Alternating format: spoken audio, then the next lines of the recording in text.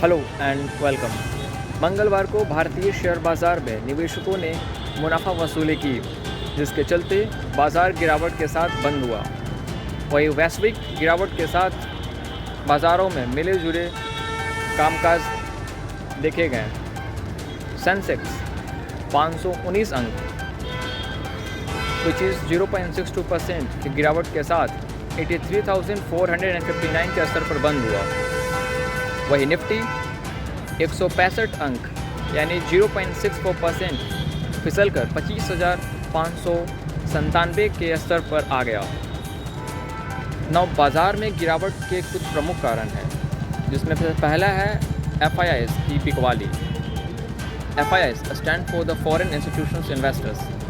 विदेशी निवेशक ने भारतीय बाज़ार में पैसे निकालने की प्रक्रिया को जारी रखा।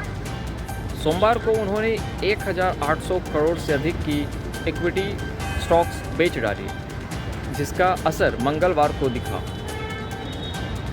वहीं वैश्विक दबाव, अमेरिकी और एशियाई बाज़ारों में सुस्ती के कारण घरेलू निवेशकों का मनोबल कमज़ोर हुआ।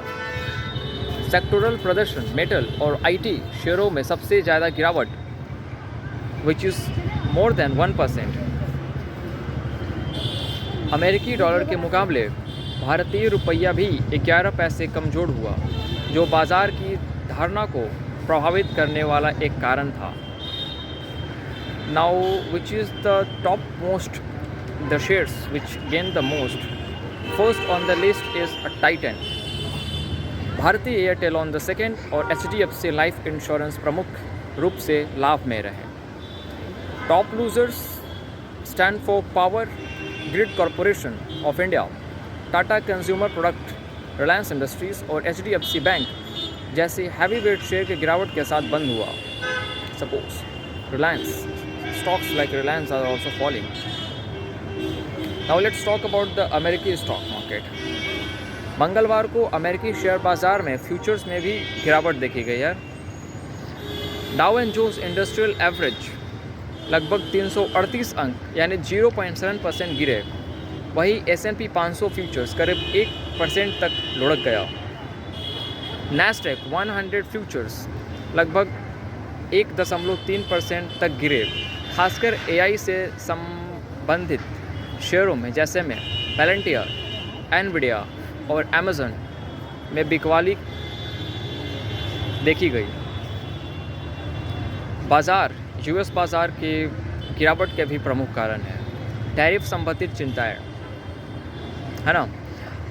अमेरिकी व्यापार तनाव की खबरों, जिसमें संभावित रूप से यूरोप और कनाडा पर टैरिफ लगाने की बात शामिल थी, वैश्विक व्यापार परिदृश्य और अनिश्चय को अनसर्टेनिटी को बढ़ा दिया गया है। फेडरल रिजर्व ब्याज दरों में कटौती और संभावनाओं को लेकर अनसर्टेनिटी बनी हुई है, जिसके कारण निवेशकों की धारणा प्रभावित हो रही है। डॉलर की मजबूती से भी बाजार पर असर पड़ा है। वैश्विक नाउ द चाइनीज़ प्रेसिडेंट, जो भारतीय ब्याज के तहत अधिक जहाज़ों प्रकृति करने को माने हैं। हाल में संपत्ति इंडिया मैरीटाइम वीक के अलावा इन कंपनियों ने एक योजना बनाई, इसमें भारत के शिपिंग परिचालन के लिए अनुकूल व नियामक परिस्पर्शता बनाने के क्षेत्र में गतिविधि तेज़ी से बढ़ी है। सरकारी अधिकारी बताया है कि यह कदम सबसे पहले CGM ने उठाया था। इसके बाद से कई कंपनियों ने अपने जहाज़ों को पुनः भारतीय झंडे के तहत लाने में रुचि दिखाई है। वैश्विक कंपनियों पहले ही घोषणा कर चुकी है कि प्रमुख कैर्सर एक कदम मैरीटाइम लीडर्स फोरम के दौरान प्राइम मिनिस्टर के साथ वैश्विक मैरीटाइम कंपनियों की बातचीत का हिस्सा है। इसी दौरान मैरीटाइम कंपनियों ने भारत की अपनी गतिविधियों बढ़ाने के बारे में कहा था। यूरोपियन शिपिंग कंपनी ने वैश्विक एग्जीक्यूटिव ने बताया, हम भारत के बढ़ते तटीय कारोबार पर नज़र बनाए हुए हैं। हम भारत के अपने जहाज़ों पर झंडा लगाकर कार्बन संबंधित नियमों के साथ लाभ उठाना चाहते हैं। प्राइम मिनिस्टर्स ने इसी साल की शुरुआत में फ्रांस की यात्रा की थी और इस दौरान फ्रेंच प्रेसिडेंट ने मुख्यालय का दौरा किया था। इसी कंपनी से सबसे पहले भारतीय झंडे के तहत अपने 4 जहाज़ों को उतारा। डेनमार्क के कैरियर एलपी मोलर मेरस्क बीते सप्ताह इंडिया मैरीटाइम वीक में अपने 2 जहाज़ भारत लाए थे। वही भारत और बाहर में सोमवार को महत्वाकांक्षी व्यापार समझौते के लिए बातचीत शुरू कर दी है।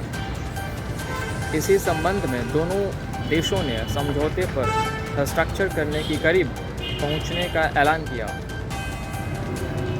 विदेश मंत्री ने सोमवार को बहरीन के विदेश मंत्री